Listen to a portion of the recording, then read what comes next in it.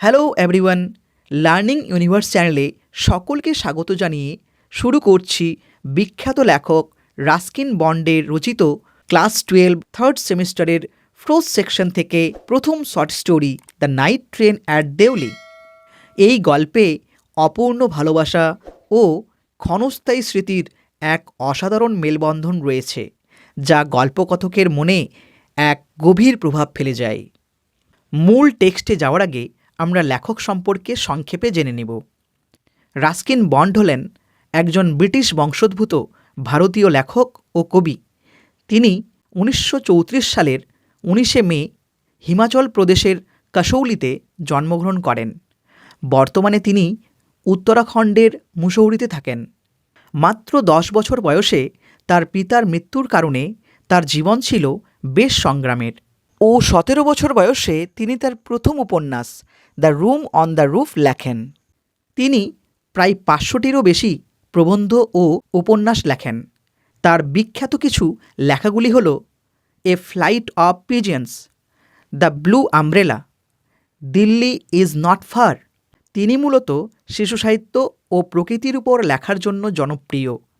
তিনি 1992 সালে our trees still grow in Dehra এই বইটি লেখার জন্য সাহিত্য একাডেমি পুরস্কার পান।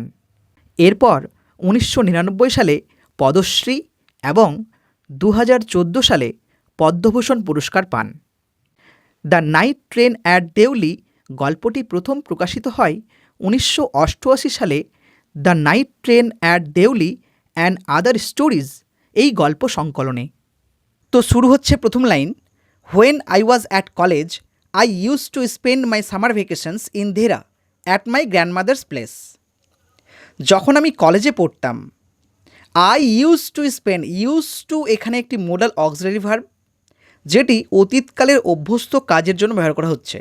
অর্থাৎ গল্পকথক এখানে তার গ্রীষ্মকালীন অবকাশগুলো বা ছুটিগুলো ধেরাতে তার ঠাকুমার বাড়িতে কাটাতেন।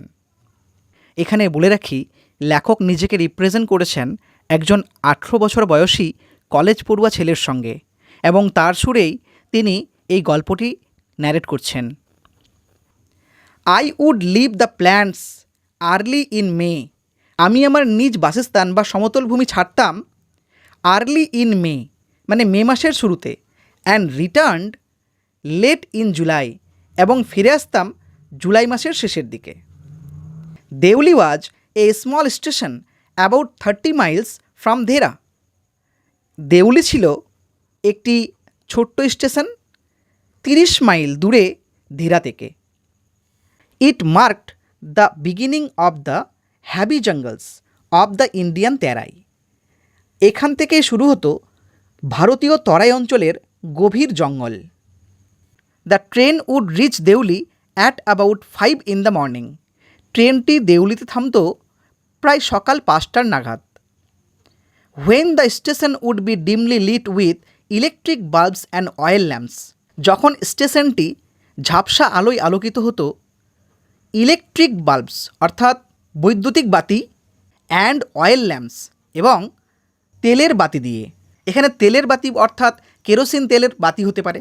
And the jungle across the railway tracks would just be visible in the faint light of dawn. এবং রেল লাইন বরাবর দুই ধারের জঙ্গল ভোরের আবছা আলোয় কোনো রকম দেখা যেত। Deoli had only lone platform. দেউলির ছিল একটা শুধুমাত্র নির্জন platform, an office for the station master and a waiting room.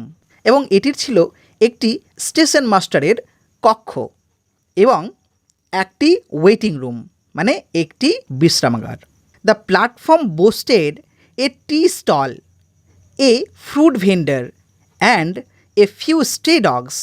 প্ল্যাটফর্মটিতে গর্ব করার মতো শুধুমাত্র ছিল একটি চায়ের দোকান, একজন ফল বিক্রেতা আর কিছু রাস্তার কুকুর।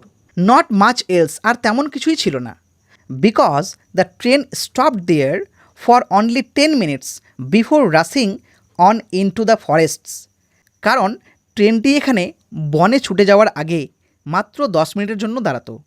Why it stopped at Deoli, কেন এটি দেউলিতে দাঁড়াতো? আই ডোন্ট নো, আমি জানি না। নাথিং এভার হ্যাপেন্ড দেয়ার, কোনো কিছুই সেখানে ঘটতো না। Nobody got off the train and nobody got in, কেউ সেখানে নামতও না, অ্যান্ড নোবডি গট ইন, কেউ সেখানে উঠতও না। There were never any coolies on the platform, প্ল্যাটফর্মে কখনো কোনো কুলিও থাকতো না। But the train would halt there a full 10 minutes, কিন্তু ট্রেনটি সেখানে পুরো 10 মিনিট দাঁড়াতো। And then a bell would sound, তারপরে একটা ঘণ্টা বাজতো। The guard would blow his whistle, guard তার সিজ দিত বা বাঁশি বাজাতো।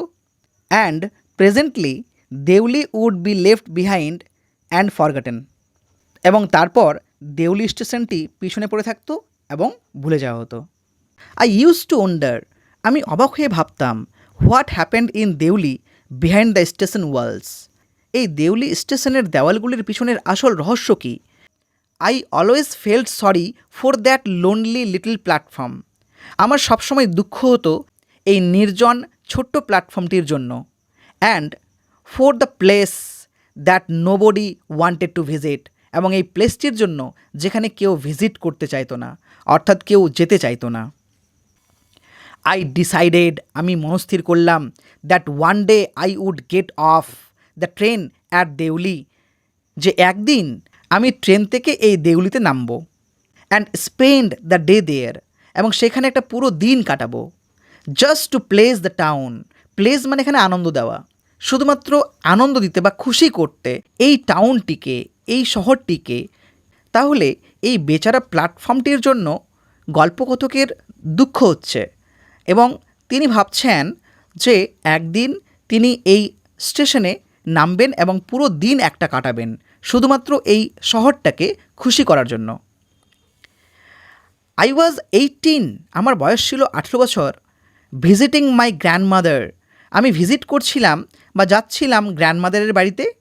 And the night train stopped at Deoli, এবং রাতের ট্রেনটি দেউলিতে থামল। A girl came down the platform, একটা মেয়ে প্ল্যাটফর্মে নেমে আসলো। সেলিং বাস্কেটস, ঝুড়ি বিক্রি করছিল। ইট ওয়াজ এ কোল্ড মর্নিং, সকালটা ছিল ঠান্ডা। And the girl had a shawl thrown across her shoulders, এবং মেয়েটির কাঁধে একটি চাদর জড়ানো ছিল। হার ফিট ওয়্যার বেয়ার, তার পা ছিল খালি। বেয়ার মানে এখানে খালি, অর্থাৎ পায়ে হয়তো কোনো জুতো ছিল না। And her clothes were old, এবং তার জামা কাপড় ছিল পুরনো। But she was a young girl, কিন্তু সে ছিল তরুণী।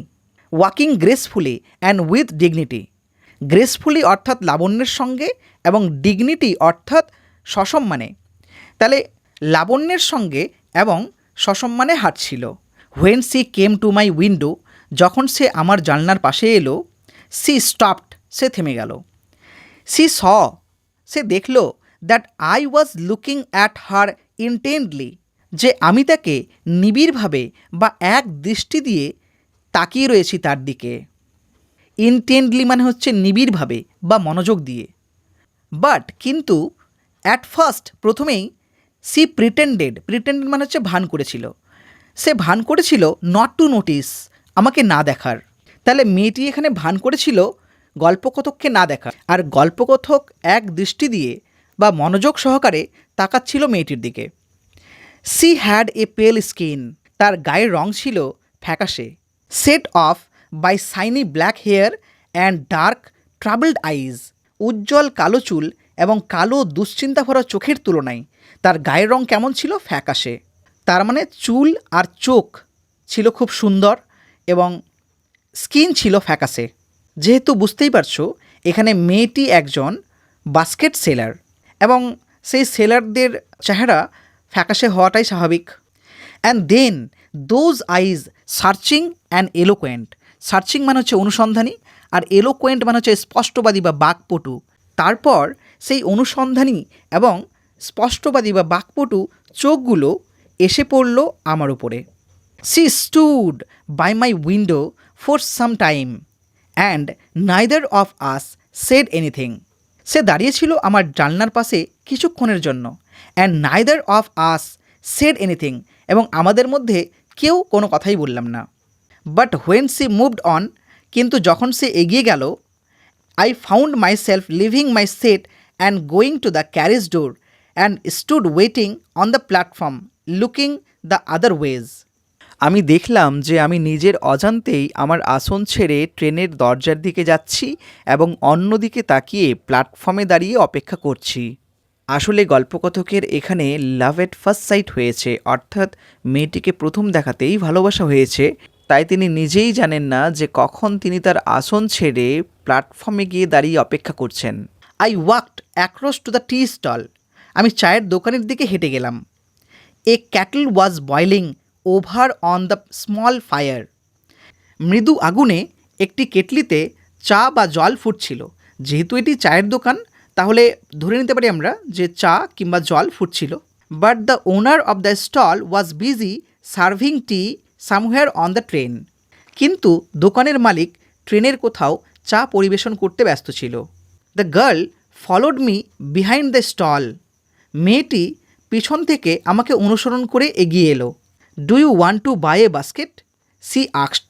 সে জিজ্ঞেস করল, আপনি কি একটি ঝুড়ি কিনতে চান? They are very strong, made of the finest কেন।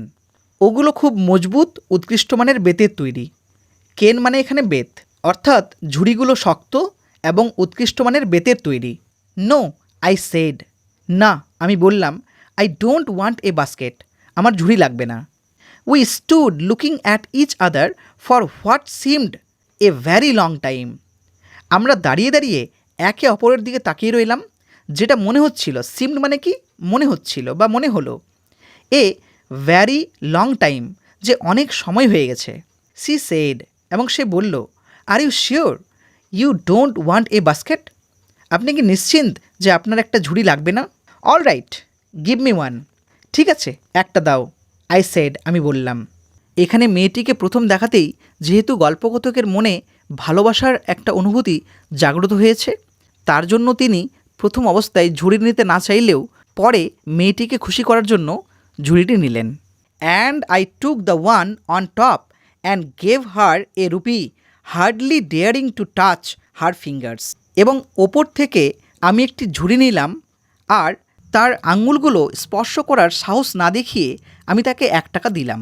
হার্ডলি এখানে একটি নেগেটিভ ওয়ার্ড, মানে প্রায় না এমন অর্থে বোঝায়। As she was about to speak, সে কিছু বলতেই যাচ্ছিল, the guard blew his whistle. Guard তার বাঁশি বাজিয়ে দিল। যেহেতু ট্রেনটি এখানে মাত্র 10 মিনিট দাঁড়ায় এবং সেই সময়টুকু হয়ে গেছে হয়তো, এই জন্য গার্ড কী করলো, তার বাঁশি বাজিয়ে দিল। সি সেড সামথিং, সে কিছু বলল। বাট কিন্তু it was lost in the clanging of the bell and the hissing of the engine. Clanging মানে হলো ঝনঝন শব্দ এবং হিসিং মানে হলো হিস হিস আওয়াজ। এখানে মেয়েটি কিছু বলল, কিন্তু সেই কথাটি বেলের ঝনঝন শব্দে এবং ইঞ্জিনের হিস হিস আওয়াজে মিলিয়ে গেল। I had to run back to my compartment. আমাকে দৌড়ে আমার কামরায় ফিরতে হলো। The carriage shuddered and jolted forward. কামরাটি কেঁপে উঠল এবং ঝাঁকুনি দিয়ে এগিয়ে যেতে লাগলো। শাডার্ড মানে হচ্ছে কেঁপে উঠল, এবং জল্টেড ফরওয়ার্ড মানে ঝাঁকুনি দিয়ে এগোতে লাগলো। I watched her as the platform slipped away. আমি তাকে দেখছিলাম যখন প্ল্যাটফর্মটি সরে যাচ্ছিল। She was alone on the platform and she did not move. সে প্ল্যাটফর্মে একাই দাঁড়িয়েছিল আর একটুও নড়ছিল না। But she was looking at me and smiling. কিন্তু সে আমার দিকে তাকিয়েছিল এবং হাসছিল। I watched her until the signal box came in the way. আমি তাকে তাকিয়ে রইলাম যতক্ষণ পর্যন্ত সিগন্যাল বক্সটি না আসে। আনটিল মানে যতক্ষণ পর্যন্ত না। And then the jungle হিড the station. তারপর জঙ্গলটি স্টেশনটিকে আড়াল করে দিল। But I could still see her standing there alone. কিন্তু আমি তখনও দেখতে পাচ্ছিলাম সে একা দাঁড়িয়েছিল। I sat up awake for the rest of the journey. আমি যাত্রাপথে বাকি অংশটুকু জেগেই রইলাম। জেগে থাকাটা স্বাভাবিক, কারণ সদ্য একটি মেয়েকে দেখে গল্পকথকের ভালো লেগেছে, তাই তার কথা ভাবতে ভাবতেই তার আর ঘুম আসছে না। I could not rid my mind of the picture and the girl's face and her dark smouldering eyes. আমি আমার মন থেকে মেয়েটির মুখ এবং তার কালো মায়াবী চোখ দুটো সরাতে পারছিলাম না। এখানে রিড মানে সরানো, কুড নট রিড মানে হচ্ছে সরাতে পারছিলাম না। বাট হোয়েন আই রিচড ধীরা, কিন্তু যখন আমি ধীরাতে পৌঁছালাম, the incident became blood. Incident মানে ঘটনা, এই ঘটনাটি ঝাপসা হয়ে গেল, ব্লাড মানে ঝাপসা, অ্যান্ড ডিস্টেন্ট মানে দূরবর্তী হয়ে গেল। ফর কারণ, এখানে ফর মানে হচ্ছে কারণ। আর তোমাদের কাছে প্রশ্ন, এখানে ফরটা কোন পার্শ্ব স্পিচ সেটি কমেন্ট বক্সে তোমরা জানাবে।